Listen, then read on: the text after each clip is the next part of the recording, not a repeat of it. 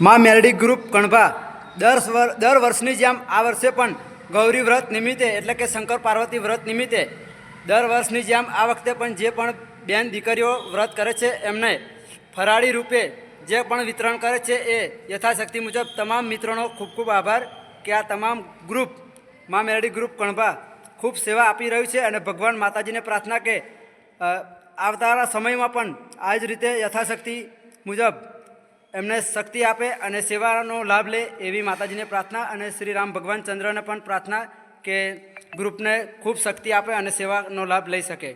માં મેલડી ગ્રુપ કણભા ખૂબ ખૂબ આભાર। ભગવાન માતાજીના ચરણ સ્પર્શતા હોય એવી ભાવનાથી જળાર્પણ કરવાનું।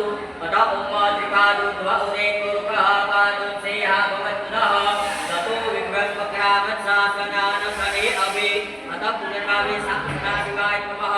ચરણયોઃ પાદ્યપાદ્ય જલમ સમર્પયામિ। ચરણ ભોજનમ ભગવાનની મૂર્તિ પર અર્પણ કરી આપો। પછીથી ચમચી ભરીને જળ રાખવાનું। એમાં એક ચમચી ભરીને હળદર અથવા તો કંકુ મૂકી આપો।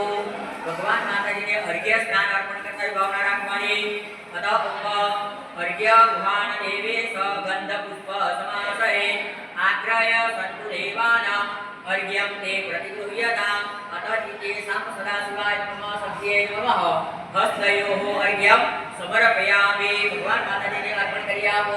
હસ્તકમલે અર્ઘ્યમ પછી ચમચી ભરીને જળ રાખવાનું। ત્રીજા નંબર પર ભગવાન માતાજીને આસન કરાવતો ભાવનાથી જળ અર્પણ કરવાનું। તથા ઓમ સર્વતીર્થ સમાયુક્તમ વંદે નિર્મલમ કલમ આચમ્યતામ મયા દત્તમ ગૃહાણમ પરમેશ્વર તત તુતે